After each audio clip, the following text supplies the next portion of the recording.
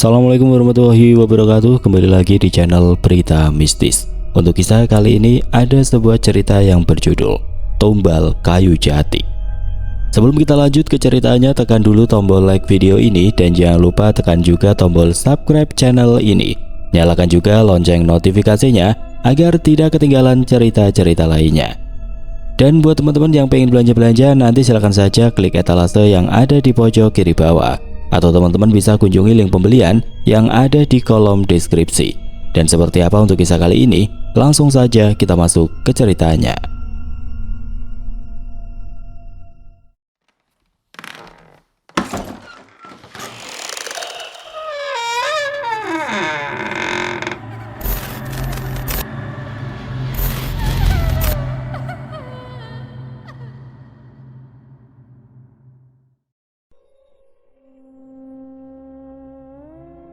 Langit di lereng Bukit Gunung Merapi, Yogyakarta, sore itu bermandikan jingga kotor, seperti sisa cat tembok proyek yang terbuang di got pinggir jalan.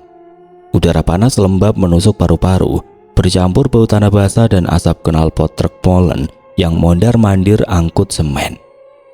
Proyek resor mewah Pavilion Merapi View ini digadang-gadang jadi ikon wisata.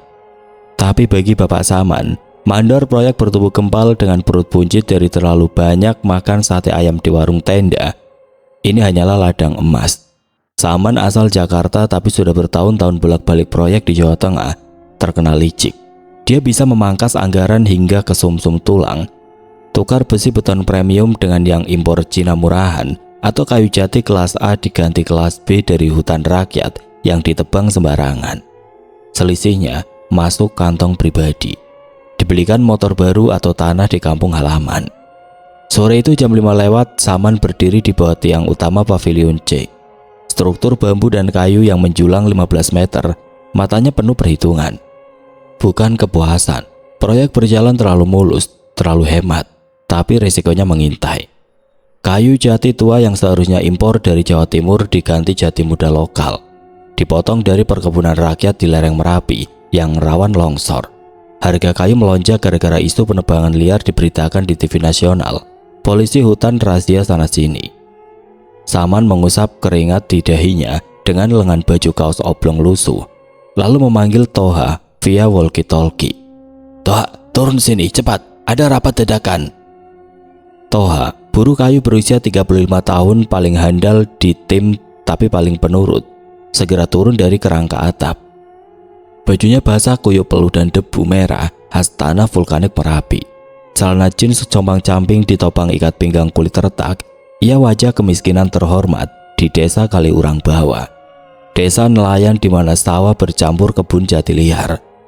Toha single parent, sejak istri meninggal melahirkan anak ketiga 5 tahun lalu. Kini menopang 3 anak dan ibu mertua dengan upah harian 150.000, ditambah lembur kalau hujan deras bikin proyek mandek. Ia datang mendekat, nafasnya ngos-ngosan, tangan kasar penuh kapalan dari gergaji dan palu. Saman mencondongkan tubuhnya yang bau rokok kretek gudang garam, campur parfum cap singa murahan dari pedagang keliling. "Toha, duduk dulu di bangku kayu ini," katanya, suaranya licin seperti minyak goreng bekas. Toha duduk, tapi matanya gelisah. Sudah biasa dengan rapat Saman yang berujung tekanan. "Tiang utama Pavilion C itu seharusnya jati tua kelas A, kan? Kontraknya jelas, impor dari Blora. Tapi kau tahu harga kayu sekarang gila, Toha. Inflasi BBM naik, truk angkut mogok di tol. Aku pakai jati muda dari hutan rakyat di lereng sini, kualitas B, dipotong pakai gergaji mesin ilegal. Biar murah, kuat sih, tapi cepat atau lambat dia akan retak, dimakan rayap atau getaran alat berat.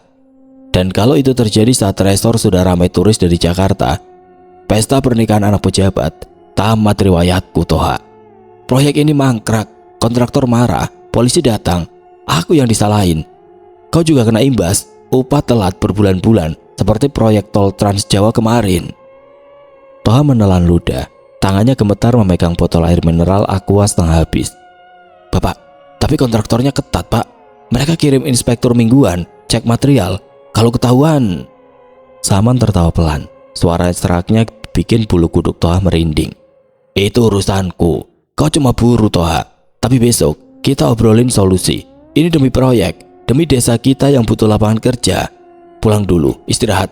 Besok pagi jam 7 ketemu di posko. Saman menepuk bahu Toha keras, meninggalkan bau kretek yang menempel seperti kutukan. Toha berjalan pulang melewati jalan setapak berbatu. Pikirannya berputar. Resort ini janji bikin desanya maju, tapi kenapa rasanya seperti jebakan tikus? Malam itu di gubuk bambu dengan atap seng bocor, Toha memandang anak-anaknya tidur lapar, perut kenyang cuma nasi jagung. Hitungan senja Saman baru dimulai, dan ia tahu besok akan lebih gelap. Keesokan paginya matahari baru terbit di balik kabut Merapi. Proyek sudah ramai suara palu dan gergaji listrik. Toha tiba di posko tenda biru lusuh dekat gerbang yang dijaga satpam kontraktor dari Jakarta. Saman sudah menunggu, duduk di kursi plastik dengan secangkir kopi hitam tubruk dari warung Mbok Sari. Udara dingin pagi bercampur bau tanah basah dan minyak tanah dari genset. Masuk Toha, tutup pintu tenda. Bisik Saman, matanya liar seperti rubah di sawah padi. Toha masuk, jantungnya berdegup kencang. Ia tahu ini bukan rapat biasa.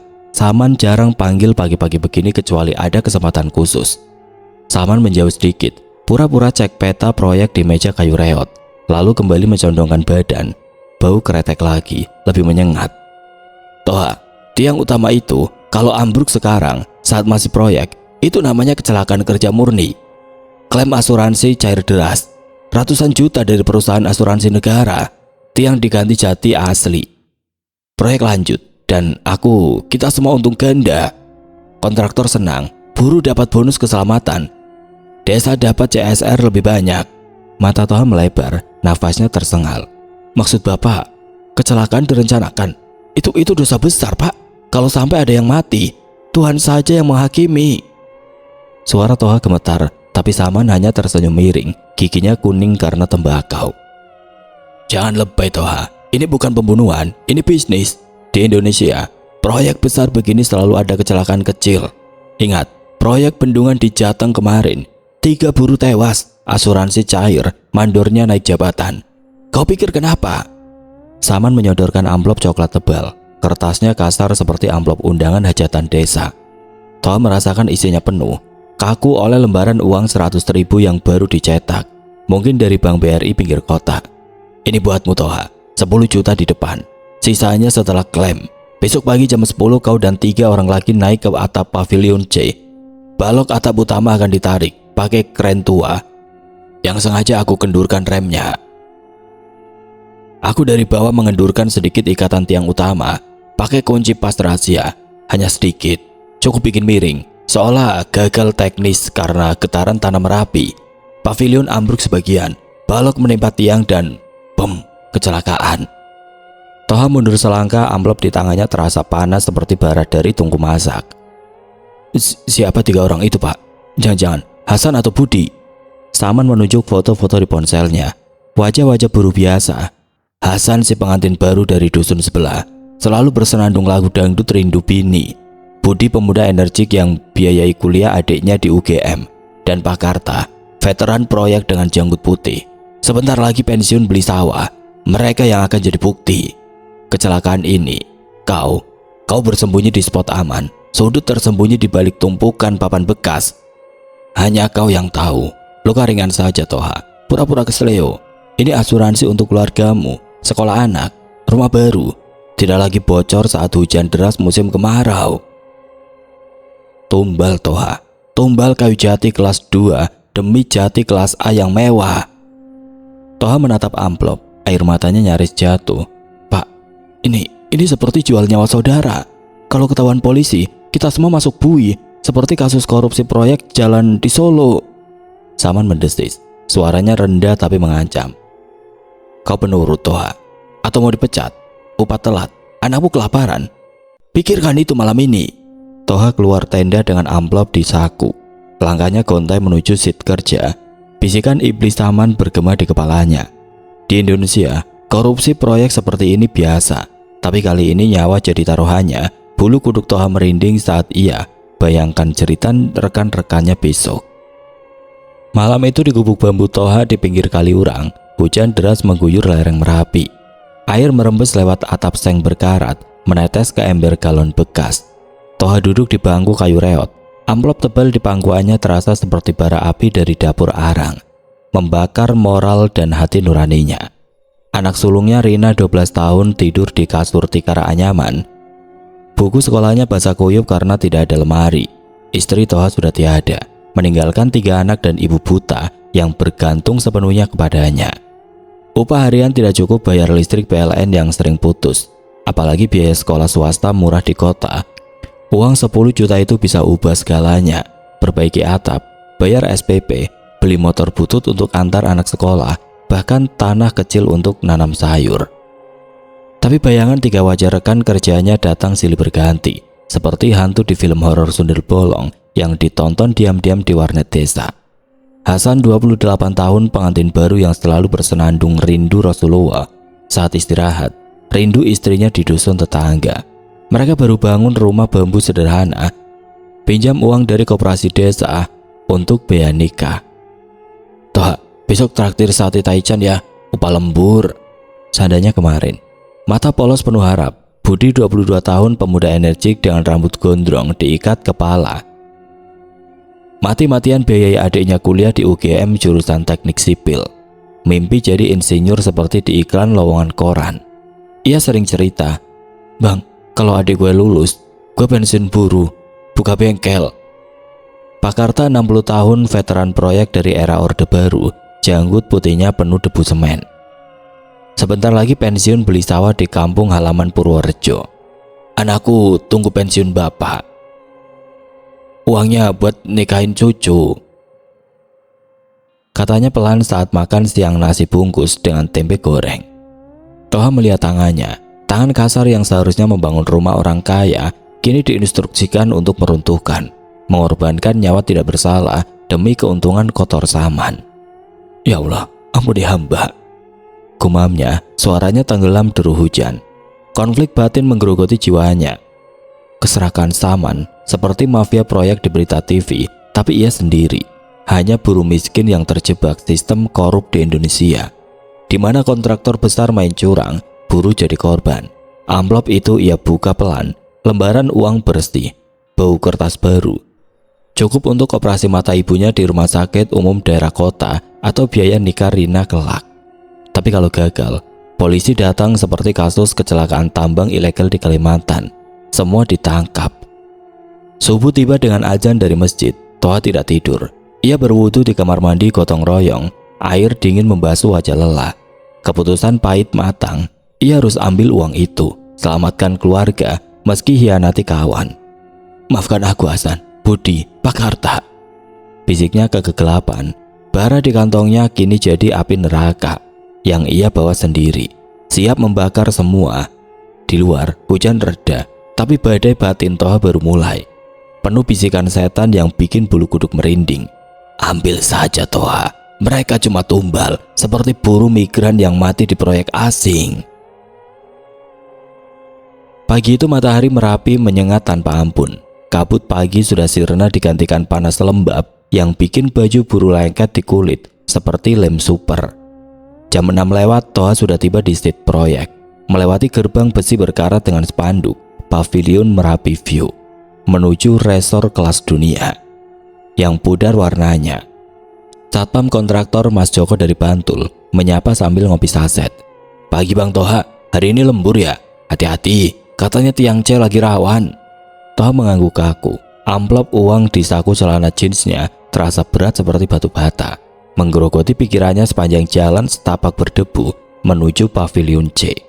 Ia bayangkan wajah Saman yang seringnya iblis kemarin, janji spot aman di balik tumpukan papan, dan jeritan imajiner Hasan, Budi, Pak Karta yang bikin tidurnya buyar semalaman. Langkahnya berat saat naik tangga bambu darurat ke kerangka atap.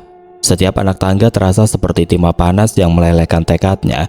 Pavilion C, struktur setengah jadi dengan atap terbuka, dikelilingi parit gotong royong untuk drainase banjir lahar dingin.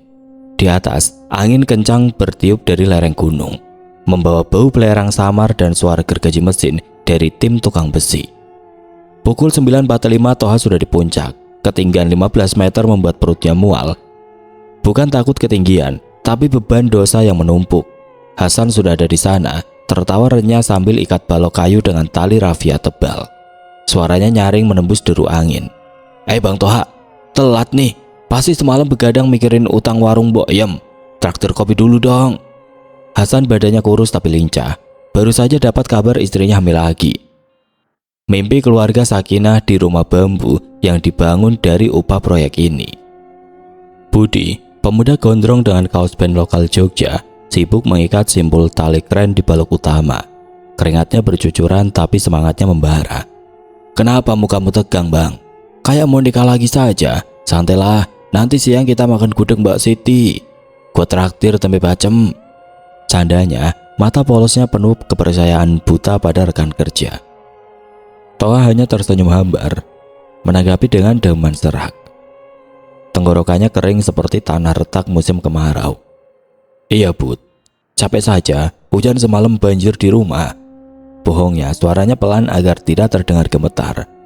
Pak Karta dengan janggut putihnya yang berdebu semen, duduk teliti mengukur setiap jengkal ikatan balok yang akan diangkat kren tua warisan proyek lama. Hati-hati anak-anak, kayu jati ini mudah gampang patah kalau talinya longgar. Ingat, kecelakaan di proyek Malioboro tahun lalu. 2 buruh jatuh, 1 lumpuh seumur hidup.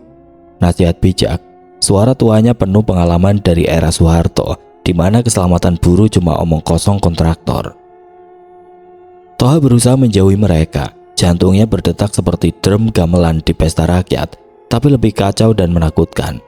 Ia pura-pura cek inventaris paku dan obeng di kotak peralatan. Mata sesekali melirik jam tangan Casio bututnya, sisa warisan ayah. Hanya 15 menit lagi menuju jam 10. Saat Saman janji kendurkan ikatan tiang dari bawah, spot aman itu, sudut tersembunyi di balik tumpukan papan bekas yang ditumpuk sembarangan karena kecerobohan mandor sebelumnya. Terlihat dari kejauhan, celah sempit di antara balok-balok tebal cukup untuk 1 orang meringkuk. Toha ingat instruksi Saman. Sana aman Toha. Balok jatuh ke timur, kau ke barat. Keluar setelah sirene ambulan, pura-pura luka, ambil bagian klem. Tapi bayangan wajah anak-anaknya berganti dengan jeritan Hasan yang polos, bikin bulu kuduknya merinding. Bang Toha, bantu ikat ini dong, tali kerennya licin banget, panggil Budi, suaranya penuh keakraban saudara. Toha mendekat pelan, tangannya gemetar saat pegang tali, tapi pikirannya sudah di neraka. Ia bukan lagi buruh pembangunan, tapi Algujo yang siap potong nyawa demi amplop haram. Di bawah, kren mulai berdengung. Operatornya si Mang Udin dari desa tetangga berteriak, siap angkat balok utama, semua mundur. Udara tebal ketegangan. Bercampur bau oli dan kayu basah, Toha melirik ke bawah, mencari bayang Saman yang licik. Dan hatinya berontak, mundur sekarang, atau lanjutkan pengkhianatan. Di Indonesia proyek seperti ini buruh sering jadi korban. Kecelakaan yang direncanakan, tapi kali ini Toha yang pegang pisau. Jam menunjukkan 9.58. Detik-detik krusial dimulai dan angin Merapi seolah berbisik, kutukan pelan, membuat merinding seluruh tubuhnya. Pukul 9.55 angin lereng Merapi semakin kencang, membawa debu vulkanik halus yang menempel di kulit seperti bedak murah, membuat mata perih dan tenggorokan gatal. Di atas pavilion C, Toha berjongkok pura-pura periksa ikatan balok sekunder yang ia pasang sendiri semalam. Ikatan yang seharusnya kokoh tapi kini menjadi bom waktu karena kegelisahannya. Tangan kasarnya gemetar saat memegang simpul tali rami yang sudah longgar. Tapi pikirannya terpecah. Spot aman di sudut sana hanya beberapa meter lagi. Atau bantu rekan-rekannya yang tidak curiga. Hasan masih bercanda, suaranya nyaring menyiangi deru keren. Bang Toha, lu kok kayak orang kesurupan? Jangan-jangan setan gunung lagi bisikin lo buat kabur sama opa lembur. Tawa Hasan meledak, polos dan penuh keakraban desa. Tapi bagi Toha, itu seperti pisau yang menusuk dada. Ia ingat pesta pernikahan Hasan bulan lalu di balai desa, di mana ia jadi panitia sukarela, bantu potong kambing kurban meski perutnya sendiri lapar. Budi dengan energi mudanya melompat-lompat kecil untuk cek keseimbangan balok. Kaosnya basah kuyup. Gua sih santai bang, nanti habis ini kita ke warung Pak Min, pesen wedang rode panas. Adik gue bilang kalau proyek ini selesai Dia traktir makan di Malioboro. Pak Karta menggelengkan kepala, janggut putihnya bergoyang. Jangan ceroboh Budi. Keren tua ini dari proyek lama, remnya suka blong kalau oli kurang. Ingat kasus di Semarang. Keren jatuh, 5 buruh tewas, kontraktor kabur ke Singapura. Nasihat Pak Karta penuh bekas luka hidup. Dari era proyek Orde Baru di mana keselamatan cuma slogan di spanduk. Toha hanya mengangguk lemas, suaranya parau. Iya Pak, hati-hati semua. Tapi matanya tidak bisa lepas dari bawah, di mana bayang Saman mulai terlihat jelas di dekat tiang utama Jatimuda yang keropos itu. Saman berdiri di dasar tiang, badan kempalnya tersembunyi sebagian oleh tumpukan besi bekas, tangannya memegang kunci pas besar yang berkilau samar di bawah sinar matahari. Ia mengenakan helm keselamatan kuning pudar, tapi tidak ada alat pelindung lain, tipikal mandor licik yang pura-pura kerja lapangan. Dari atas Toha melihat Saman melirik ke atas. Mata sipitnya penuh perhitungan seperti pedagang sayur di pasar Beringharjo yang nawar sampai darah. Lalu isyarat datang. Ibu jari Saman terangkat tinggi ke udara, tanda semua oke. Diikuti telunjuknya yang menunjuk jam tangan Seiko palsu di pergelangan. 5 menit lagi. Senyum Saman melebar, gigi kuningnya terlihat dari jarak 15 meter. Puas seperti kucing yang baru telan ikan lele utuh, bagi Toha itu bukan senyum manusia, tapi seringai iblis dari cerita kiai di masjid desa yang bisik-bisik rayu setan dalam bentuk uang haram. Bulu kuduk Toha merinding, nafasnya tersengal. Ya Tuhan, ampuni, ini bukan aku yang mau. Toha mulai bergerak mencoba terlihat wajar di tengah hiruk pikuk tim.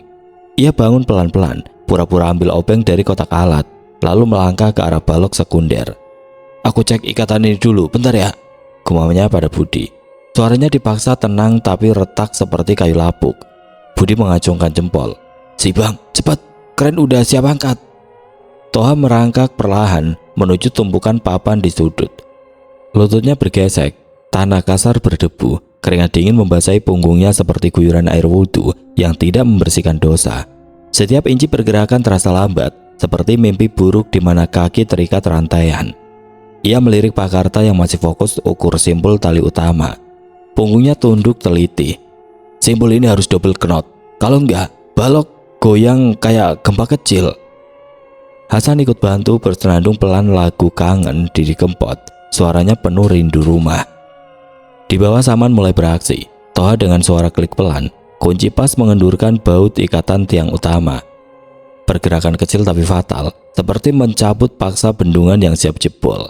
Tiang jati muda itu dengan serat kayu tipis dari penebang liar mulai bergoyang samar. Getarannya naik ke atas seperti bisikan kemarin. Samar melirik lagi, seringainya tambah lebar seolah berkata, ini saatnya Toha, untung ganda. Toha hampir sampai di spot aman celah sempit yang gelap, tapi hatinya berontak.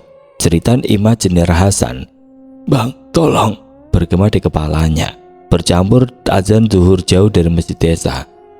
Di Indonesia, kecelakaan proyek seperti ini sering ditutup asuransi dan diam-diam.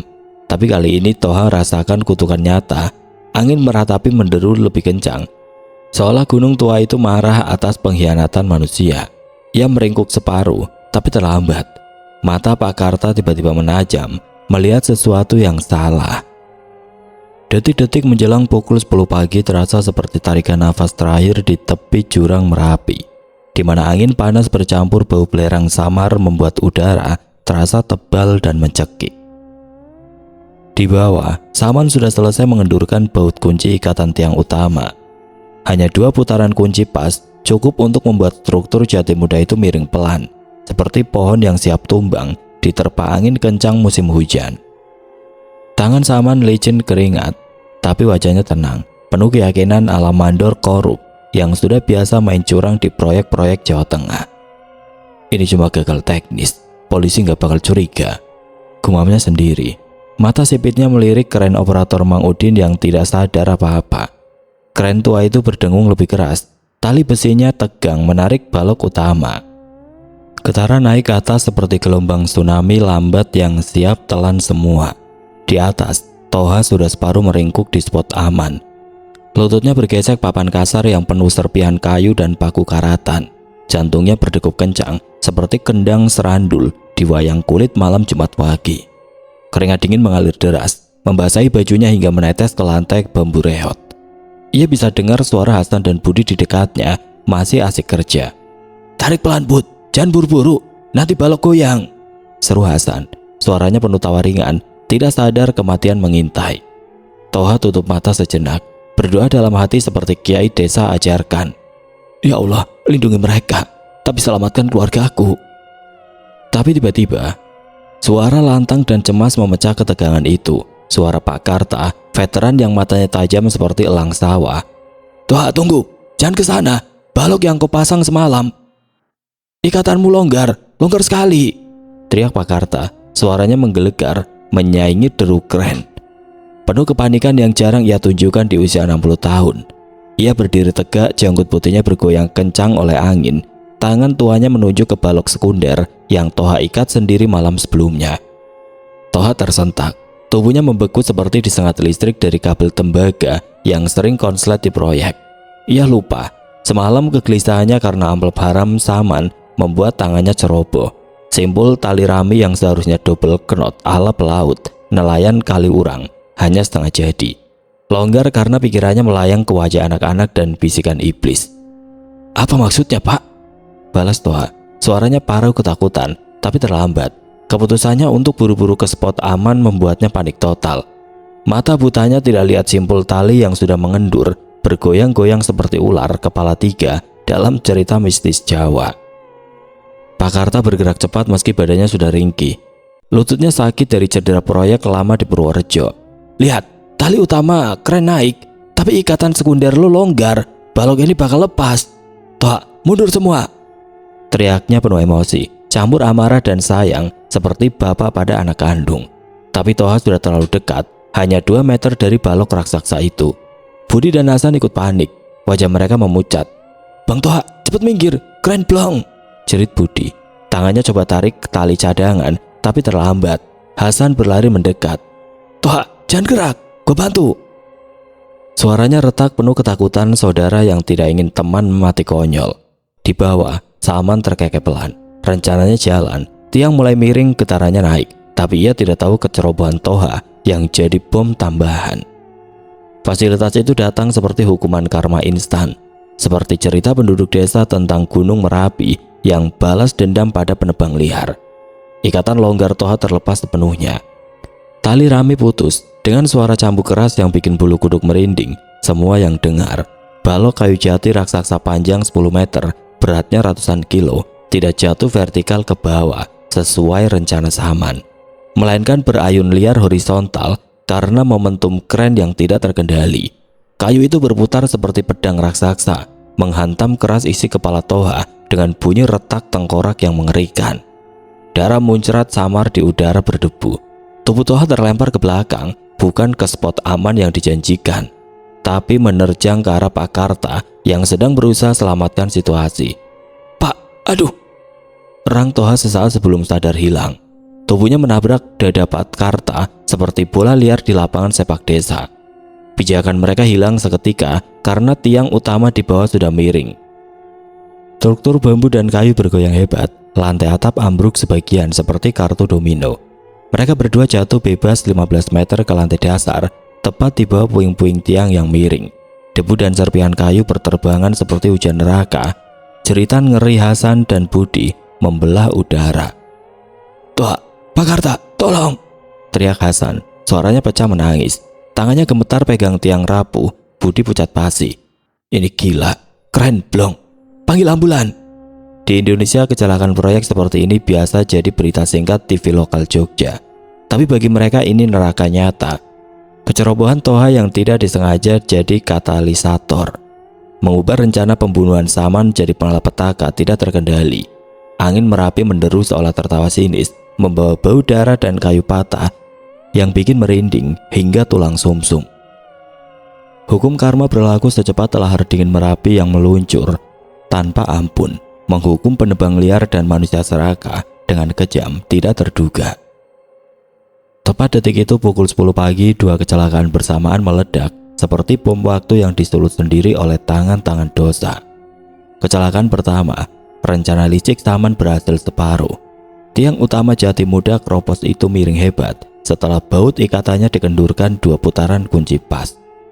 Struktur pavilion C bergoyang seperti pohon jati tua diterpa angin ribut musim hujan.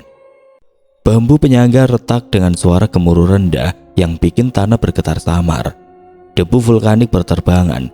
Kren tua Mang Uding berhenti mendadak dengan jeritan remblong.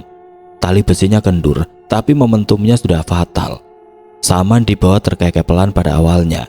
Bagus, ambruk sebagian saja, cukup buat klaim. Gumamnya, mata sipitnya penuh kemenangan ala mafia proyek yang biasa bagi-bagi amplop di kontraktor Jakarta. Tapi wajahnya seketika pucat saat lihat balok sekunder berayun liar, bukan jatuh vertikal seperti skenario, tapi horizontal seperti palu raksasa yang salah sasaran. Kecelakaan kedua, ikatan longgar Toha, kecerobohan tidak disengaja dari kegelisahan malam sebelumnya lepas total. Balok kayu jati raksasa itu berputar gila, menghantam kepala Toha dengan dentuman keras yang bergema seperti petir di lereng gunung. "Waduh, Toha!" jerit Pak Karta sesaat sebelum tubuh Toha terlempar menabrak dadanya. Darah muncrat dari pelipis Toha membasahi janggut tiputi Pak Karta. Mereka berdua terjerembab bebas 15 meter, tubuh saling bertumpuk di lantai dasar yang retak, tepat di bawah puing tiang miring yang ambruk separuh. Bunyi retak tulang dan kayu patah bercampur jeritan ngeri Hasan dan Budi di atas. "Toha, Pak, tolong, Tuhan!" Hasan berlutut di pinggir struktur rapuh, tangannya gemetar pegang tiang bambu yang goyang. Air matanya bercampur debu. Ia yang tadi bercanda kini histeris. Ingat pesan nikahnya di mana Toha bantu angkat meja tamu. Budi, wajah mudanya memucat seperti mayat, berteriak ke bawah. "Ambulan, panggil Pak Lurah. Keren, jatuhi orang!" Suaranya pecah, penuh trauma yang akan menghantui seumur hidup. Seperti buruh selamat di proyek tambang ilegal Kalimantan yang cerita di warung kopi desa. Di bawah Saman tersentak kaku. Rencananya hancur berkeping-keping seperti kayu jati kelas 2 yang ia pilih demi hemat. Bukan Hasan, Budi dan Pak Karta yang jadi tumbal sesuai skripsi, tapi Toha, si penerima amplop haram yang kini tergeletak tidak bergerak. Lehernya patah dengan sudut tidak wajar. Darah mengenang di tanah berdebu bercampur semen basah. Pak Karta mengerang pelan di sampingnya. Kakinya patah dan kepalanya gegar, tapi masih sadar samar. "Toha, kenapa ikatan longgar?" Desanya lemah. Mata tuanya penuh pertanyaan yang tidak terjawab. Sirine ambulan meraung-raung dari kejauhan. Truk darurat RSUD Jogja yang sering telat karena jalan rusak proyek, ditemani polisi lalu lintas yang bersiul panik. Buruh lain berhamburan dari set. "Kecelakaan, pavilion C roboh!" teriak mereka. Ponsel keluar, merekam video untuk viral di TikTok grup WA buruh Jogja. Saman bergegas mendekat, bukan untuk menolong tapi untuk lihat. Matanya liar cek apakah rencana masih selamatkan muka. "Toha, bangun, ini gagal teknis," katanya pura-pura panik, tapi tangannya gemetar pegang kunci pas yang jatuh, bukti pengkhianatan. Pemandangan itu mematahkan semua skema. Toha mati di tempat, mata terbuka kosong menatap langit jingga Merapi, seperti kutukan gunung pada manusia yang main-main. Hasan dan Budi di atas struktur rapuh yang nyaris ambruk total, sok berat.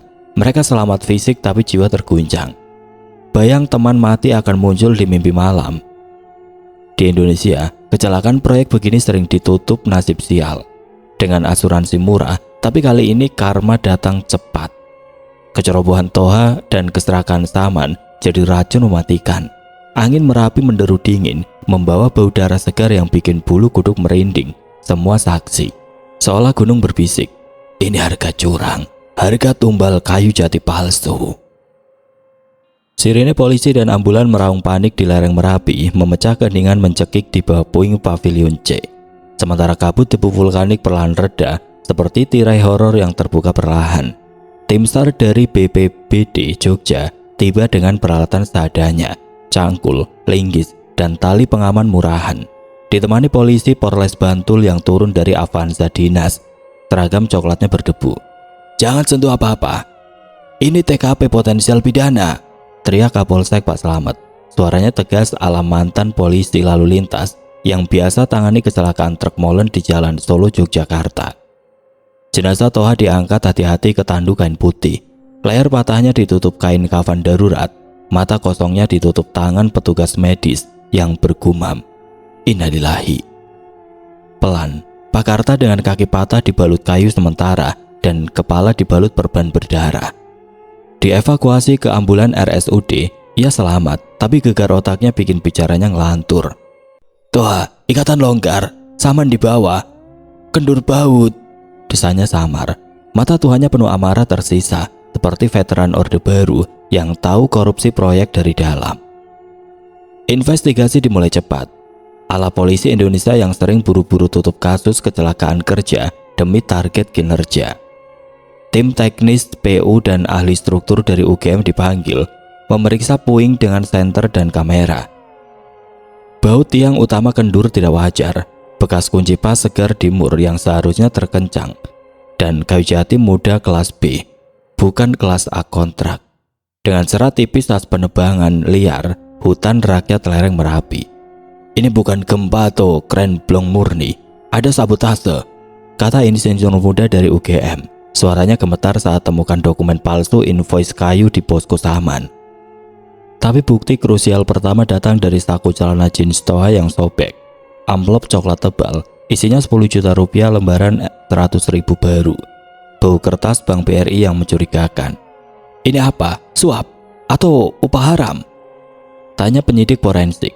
Matanya melebar saat hitung uang di depan saksi, bikin bulu kuduk merinding semua. Uang itu basah darah Toha, seperti kutukan yang lengket. Hasan dan Budi, dua buruh selamat yang kini duduk lemas di posko tenda dengan secangkir kopi tubruk dingin, dipanggil kesaksian. Hasan, matanya bengkak menangis, suaranya retak emosi. "Bang Toha aneh pagi ini, Pak. Mukanya tegang kayak orang kesurupan, buru-buru ke sudut pas, keren narik. Pak Karta teriak ikatan longgar, tapi dia nggak denger, kayak sengaja minggir." Budi ikut, tangannya gemetar pegang gelas. "Iya, Pol. Semalam Toha cerita capek, tapi pagi ini dan Saman di bawah, gue lihat dia deket tiang, pegang kunci pas. Biasanya mandor nggak turun tangan gitu." Kesaksian mereka polos tapi tajam, penuh trauma yang bikin penyidik catat detail. Spot aman yang tidak terpakai, ikatan cerobot Toha sebagai pemicu, tapi sabotase Saman sebagai akar. Pak Karta dari ranjang RSUD via telepon tambah kuat. "Saman bisik-bisik Toha kemarin, uang, tumbal, aku denger samar. Baut itu dia endur, pasti. Anakku Toha, dia hianati kami demi apa?" Suaranya pecah tangis. Emosi veteran yang hilang pensiun bikin penyidik geleng kepala. "Ini bukan kecelakaan murni, Pak. Pembunuhan berencana yang gagal." Saman ditahan di posko sementara, badan gempalnya diborgol tangan gemetar, wajahnya pucat seperti kucing basah. "Ini fitnah, gagal teknis, kayu jelek dari supplier Blora," bentaknya, tapi suara licenya hilang. Bau keretek-kereteknya kini campur keringat ketakutan. Polisi temukan kunci pas di puing, sidik jarinya cocok, plus cat WA Saman ke supplier kayu. "Ganti jati B, hemat 30%, urus invoice palsu." Temuan material di bawah standar, jati muda rentan rayap, bukti lab UGM, dan amplop uang jadi barang bukti utama. Disita negara untuk klaim keluarga Toha. Kecelakaan itu bukan lagi nasib sial, seperti kasus proyek tol Trans Jawa yang tutup mata, melainkan pembunuhan berencana ala mafia kontraktor Jakarta. Saman kehilangan segalanya. Proyek dihentikan dinas PU, reputasinya hancur di grup WA mandor Jateng, dan kebebasannya dibawa ke rutan Polres dengan teriakan, "Ini salah Toha, dia ceroboh." Tapi tidak ada yang dengar, hanya angin Merapi yang menderu sinis. Pengkhianatan terbongkar telanjang, bikin bulu kuduk merinding. Di Indonesia, nyawa buruh sering jadi tumbal korupsi, dan kali ini keadilan datang cepat seperti lahar, telan yang serakah tanpa ampun. Sore itu di Masjid Desa Kaliurang Bawah, adzan asar bergema pelan dari speaker reot, bercampur isakan tangis keluarga dan tetangga yang memadati halaman berumput.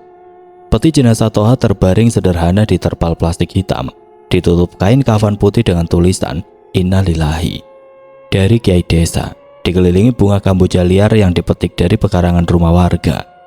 Bau kemenyan samar menyengat, campur aroma tanah basah lereng Merapi yang masih berdebu vulkanik dari kecelakaan kemarin. Hasan dan Budi, dua buruh selamat yang kini badannya kurus karena trauma tidak makan, berdiri di depan peti dengan wajah pucat dan mata merah bengkak. Mereka tidak lagi pemuda ceria. Hasan, pengantin baru, tangannya gemetar pegang tasbih kayu. Ingat istrinya yang hamil kini menangis di rumah bambu. "Bang Toha, lu janji jagain gue pas lahiran. Sekarang lu pergi duluan, sialan," gumamnya pelan. Suaranya retak emosi. Air mata jatuh ke tanah seperti hujan deras musim kemarau yang ditahan Tuhan. Budi di sampingnya, rambut gondrongnya kusut tidak disisir, menatap peti kosong. "Bang, adik gua nunggu upah lu buat SPP UGM. Lu mati konyol gara-gara ikatan longgar. Tapi Saman, bajingan itu." Suaranya naik oktav, penuh marah yang meledak, bikin tetangga geleng kepala. Mereka tahu trauma ini akan bikin Budi susah tidur. Mimpi buruk balok jatuh berulang seperti hantu di film horor Jawa. Sedih mereka bercampur jijik mendalam pada Toha yang kini terungkap sebagai bagian dari pengkhianatan. Dari kesaksian Pak Karta di RSUD yang selamat dengan kaki patah dan gegar otak, tapi pikirannya tajam. "Toha dapat amplop dari Saman. Dia buru-buru ke spot aman. Hianat kami dengan uang." Amplop 10 juta itu disita polisi sebagai bukti. Kini jadi milik negara untuk proses hukum. Ironi pahit karena keluarga Toha, ibu buta, 3 anak kecil, dapat 0 rupiah.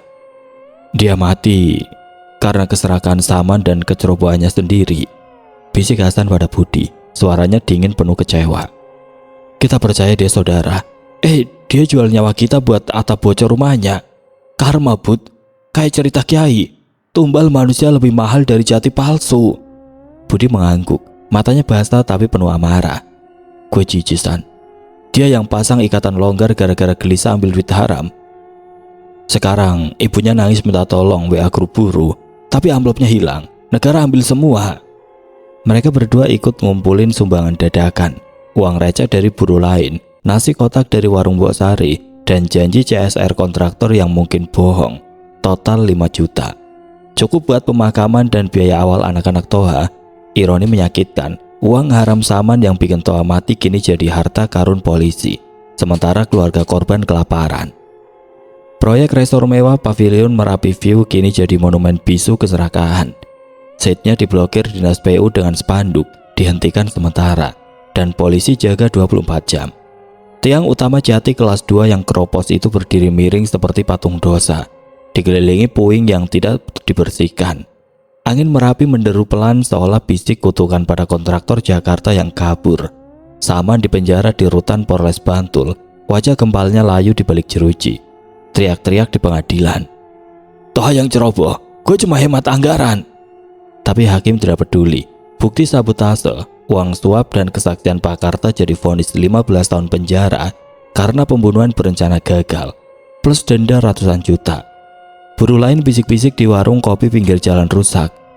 Di dunia proyek Indonesia, nyawa buruh cuma dihargai sebatang kayu jati kelas 2. Kontraktor curang, mandor suap, buruh tumbal. Kayak kasus flyover Jogja tahun lalu, 5 mati, cuma bonus kecil buat keluarga. Hasan dan Budi pulang dengan langkah gontai, janji cari kerja baru di proyek Mall Malioboro, tapi hati mereka luka abadi. Mayoritas terkubur di puing, tumbalnya kayu jati palsu dan nyawa ayah miskin seperti Toha. Malam itu Merapi gelap tanpa bintang, seolah menangis atas harga nyawa yang murah di negeri korupsi. Bikin bulu kuduk merinding pada siapa saja yang dengar cerita ini di warung tenda.